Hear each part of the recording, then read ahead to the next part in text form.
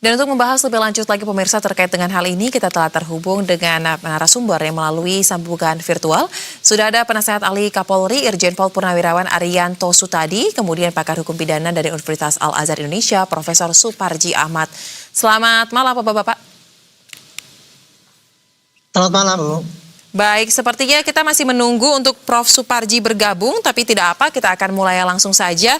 Pak Ariyanto, terkait dengan kasus mengejar jambret, malah jadi tersangka, ini kan menjadi atensi publik sekali, apalagi Kapolri juga sudah memberikan statement terkait dengan persoalan ini. Nah, kemudian dalam rapat dengar pendapat itu, rapat kerja tersebut, Komisi 3 DPR juga menyampaikan bahwa secara kasat mata penegakan hukum yang dilakukan oleh Polresta Sleman dan Kejaksaan Negeri Sleman ini bermasalah sehingga memicu kemarahan publik. Nah, pertanyaannya, Anda sebagai penasehat ahli Kapolri juga melihat ada yang tidak beres nggak atau yang bermasalah nggak dengan proses yang sudah berlangsung sebelumnya? Kalau saya melihat ya nih masalahnya itu adalah ini sekarang ini lagi baru diundang-undangkannya KUHP maupun KUHP yang baru, di mana semangatnya undang-undang yang baru itu proses penyidikan itu tidak ditujukan kepada semata-mata mencari tersangka dan kemudian memidanakan. Tetapi semangat undang-undang yang baru adalah mengejar keadilan. Jadi kepastian hukum itu lebih didulukan untuk mengejar keadilan. Nah, polisi di lapangan itu kan kejadiannya kan waktu itu tahun lalu ya masih ya. Betul, bulan April Pak. Nah, pada saat lalu ya semangat restorasi justice ini, semangat untuk melakukan restorasi justice itu belum begitu ditekankan seperti sekarang ini setelah diresmikannya undang-undang yang baru, kan undang-undang baru disampaikan Januari kemarin ya. Nah, selama ini kan penyidik sudah melakukan penyidikan. Itu memang ada dua kasusnya. Yang satu jelas kasus jambret tapi kemudian pelakunya meninggal dunia. Yang satunya lagi dianggap kecelakaan karena alpa kan gitu kan. Nah, terus kemudian penyidik sudah memanggil saksi ahli waktu itu dari UGM. Saya tadi dengarnya kayak gitu ya. Mengatakan bahwa karena ini tindakannya seperti ini, maka menurut saksi ahli dikatakan itu pembelaan yang berlebihan ya gitu. Tadi penyidik mengatakan bahwa dia sebagai kapasitasnya sebagai penyidik, dia hanya mengumpulkan barang bukti dan kemudian tidak berwenang untuk menentukan apakah ini satu ketidaksengajaan apa tidak, tetapi dia sekedar memberkas gitu, kira-kira begitulah. Nah, waktu itu saya kira karena belum ada penekanan RJ itu ya. Makanya kemarin ketika setelah Januari menjadi rame kan Pak Kapolri sendiri kan pasti akan ke RJ. Kira-kira masalahnya di situ Bu. Jadi dulu belum ada keyakinan, keharusan, sekarang ini ditekankan. Ini pembelajaran yang bagus untuk polisi-polisi di lapangan itu. Jadi begitu. Anda menilai bahwa karena memang pada saat peristiwa ini terjadi April 2025 lalu aturan yang kita pakai, KUHP dan KUHP-nya ini belum memiliki semangat seperti yang ada saat ini ya, untuk mengejar keadilan. Ya, lebih memilih untuk agar mengejar kepastian hukum, pemenuhan unsur-unsur pidananya ya. Kurang lebih seperti itu ya Pak Ariyanto ya. Nah, saya akan tanyakan kepada pakar hukum pidana langsung saja, Prof. Suparji. Apakah Anda melihat persoalan aturan hukum yang berubah, yang tadinya mengejar terkait dengan kepastian hukumnya, unsur-unsur pidananya terpenuhi, tiba-tiba sekarang kita memang sudah memberlakukan yang baru dengan semangat mengejar keadilannya, ini menjadi persoalan juga mengapa akhirnya kasus ini menjadi heboh karena baru ditetapkan tersangka baru-baru ini juga dan akhirnya publik marah karena kan dia hanya membela istrinya. Silakan. Ya, menarik sebetulnya kita cermati rekomendasi utama Komisi 3 DPR RI ya kaitannya dengan perkara ini, bahwa tidak menggunakan pendekatan keadilan restoratif, bahwa Komisi 3 melalui ketuanya itu meminta kasus Hoki Minaya dihentikan demi kepentingan hukum karena tindakan tersangka adalah upaya membela diri. Jadi bukan karena restoratif justice. Karena kalau restoratif justice berarti harus ada pengakuan bersalah, harus ada perdamaian.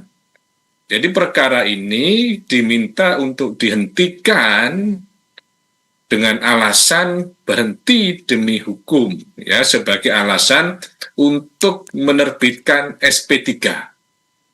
Nah, artinya bahwa sebetulnya perkara ini tidak perlu menunggu KUHP baru gitu ya. Tetapi bahwa sebetulnya ini lebih bagaimana kedalaman ya penyelidikan pada waktu itu. Dalam arti bahwa sesungguhnya tidak ada peristiwa pidana yang terjadi. Memang faktanya ada yang meninggal, yaitu penjamret kan, tetapi kan harus dilihat sisi kausalitasnya gitu ya, sebab akibat dalam konteks hukum pidana sangat penting kausalitas tadi itu. Telekom ya. Mengapa terjadi ya misalnya Kamu meninggal, tanya. mungkin karena dia ketakutan, dikejar, dan lain sebagainya. Sehingga ini dilihat sebab akibatnya. Nah, pada sisi yang lain juga penting diperhatikan bahwa apa yang dilakukan itu, kalau kemudian kategorinya adalah bela paksa yang berlebihan gitu loh. Ya.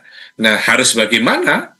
Ya, menurut saya kan memang dalam konteks hukum pidana kita itu ada alasan penghapus pidana, yaitu berupa alasan pembenar karena faktor membela paksa.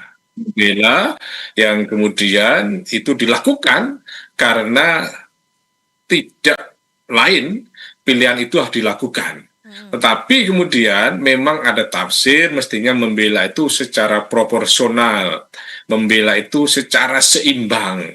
Cuman bagaimana mengukurnya tadi itulah yang kemudian jadi masalah. Maka menurut saya sebetulnya tidak perlu dengan adanya keadilan restoratif dari awal sebetulnya perkara ini sudah tidak perlu dilakukan penyidikan ya, karena dalam proses penyelidikan pun tidak ada peristiwa pidana, bahwa apa yang dilakukan semata-mata sebagai bagian untuk membela istrinya dan terpaksa itu dilakukan ya, terpaksa dilakukan.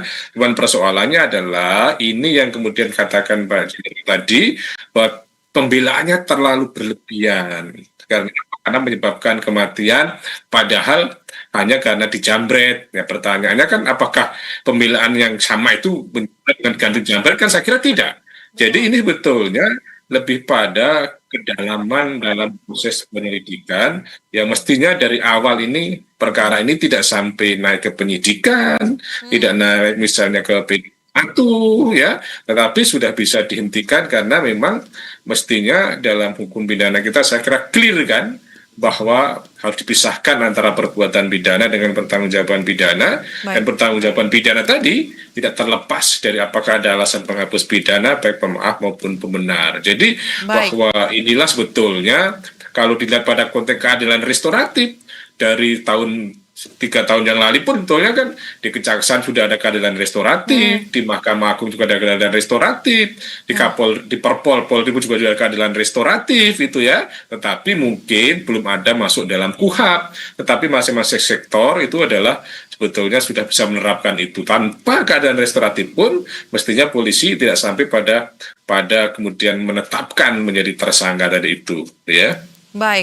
Baik, berarti Anda melihat apa yang dimintakan oleh Komisi 3 DPR ini sudah tepat ya Pak ya, bahwa tidak perlu RJ karena memang kasus ini sudah seharusnya berhenti demi hukum. Tidak terpenuhinya terkait dengan peristiwa pidana, kausalitasnya ini tidak ada ya dalam peristiwa ini. Kurang lebih seperti itu ya Prof. Suparji ya?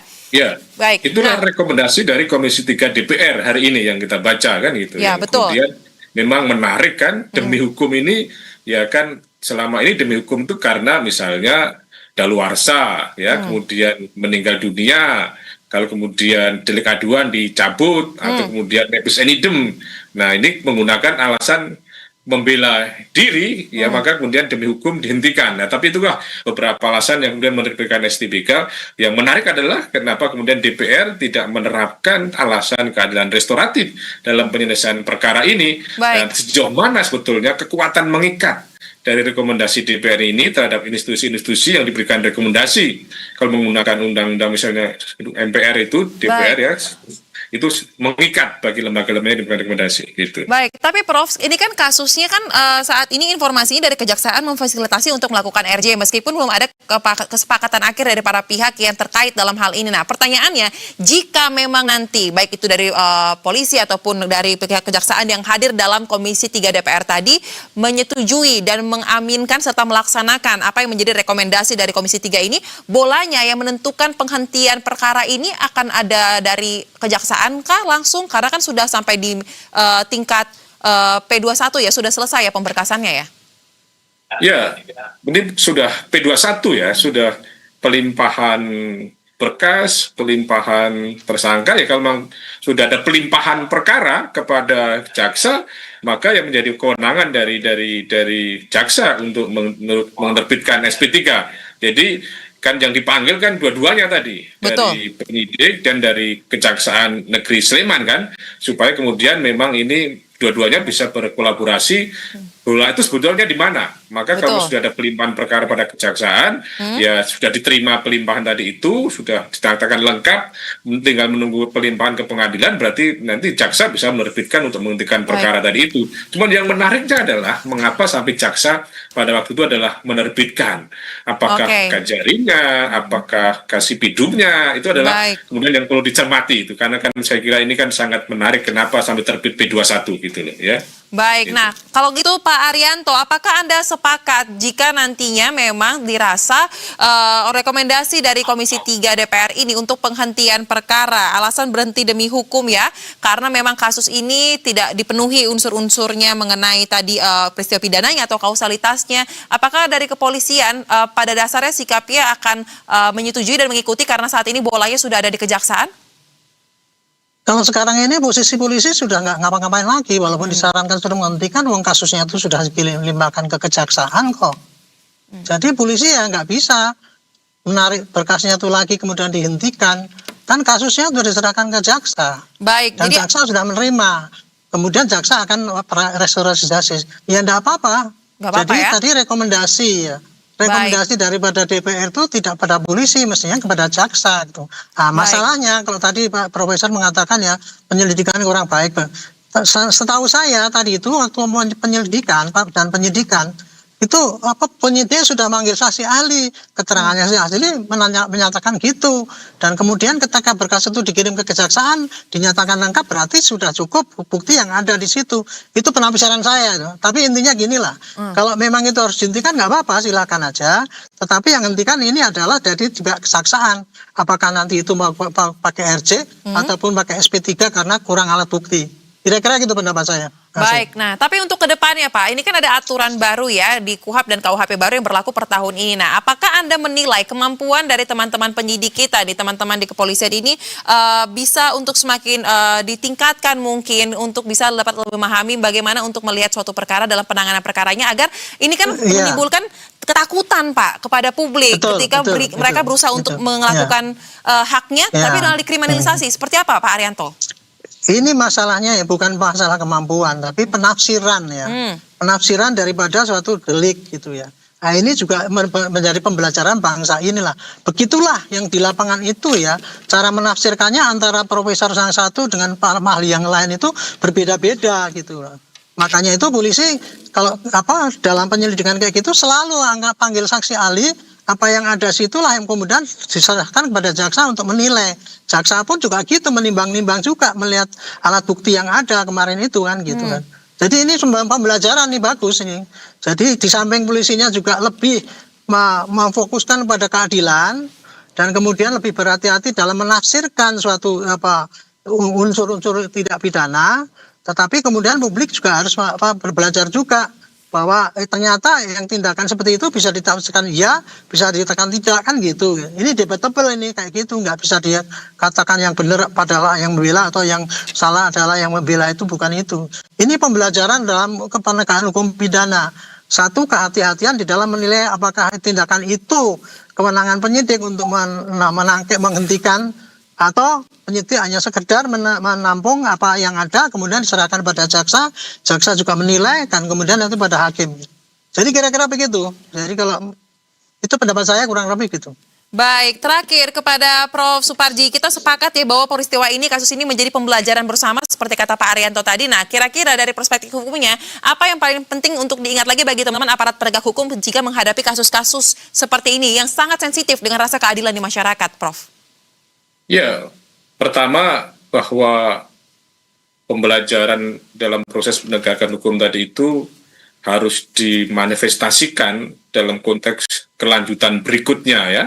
Dan yang kedua bahwa spirit yang harus dikedepankan oleh penegak hukum harus betul-betul nyambung dengan KUHP dan KUHAP yang sekarang, bahwa hukum itu bukan alat untuk melakukan pembalasan gitu ya, tetapi hukum itu adalah alat untuk menciptakan keadilan, dan keadilan itu tidak identik berupa pembalasan, tapi adalah keadilan bagaimana memulihkan, kemudian memperbaiki, dan sekaligus mengkoreksi. Maka untuk itu bahwa harus ada sebuah kerja besar aparat penegak hukum agar bisa langsung nyambung dan memiliki chemistry dengan KUHP yang baru, dengan KUHAP yang baru, dan berikutnya adalah bahwa dalam melakukan analisis kajian tadi itu tentunya harus dilihat secara komprehensif, tidak bersandar misalnya dengan satu alat bukti saja, tetapi lihat dengan alat bukti yang lain, apakah saksi, apakah surat, apakah kemudian ahli,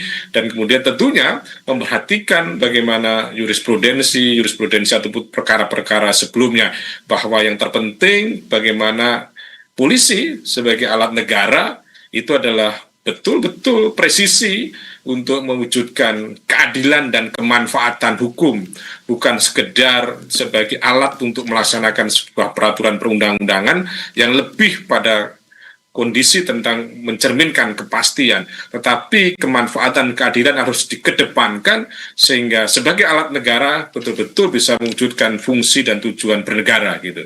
Baik, keadilan, kemanfaatan, dan kepastian hukum kita harapkan ini bisa berimbang ya didapatkan dalam mewujudkan kasus-kasus ataupun penanganan kasus yang terjadi di tanah air ini. Apalagi tadi PR besarnya bagi para aparat penegak hukum untuk bisa memiliki kemampuan penafsiran suatu delik lebih meningkat lagi pada saat ini dan ke depannya. Terima kasih untuk diskusi yang sangat menarik, Prof. Suparji dan juga Pak Arianto yang telah dibagikan di Berita Satu Utama. Salam sehat, selamat kembali beraktivitas. Terima kasih, selamat malam. Malam.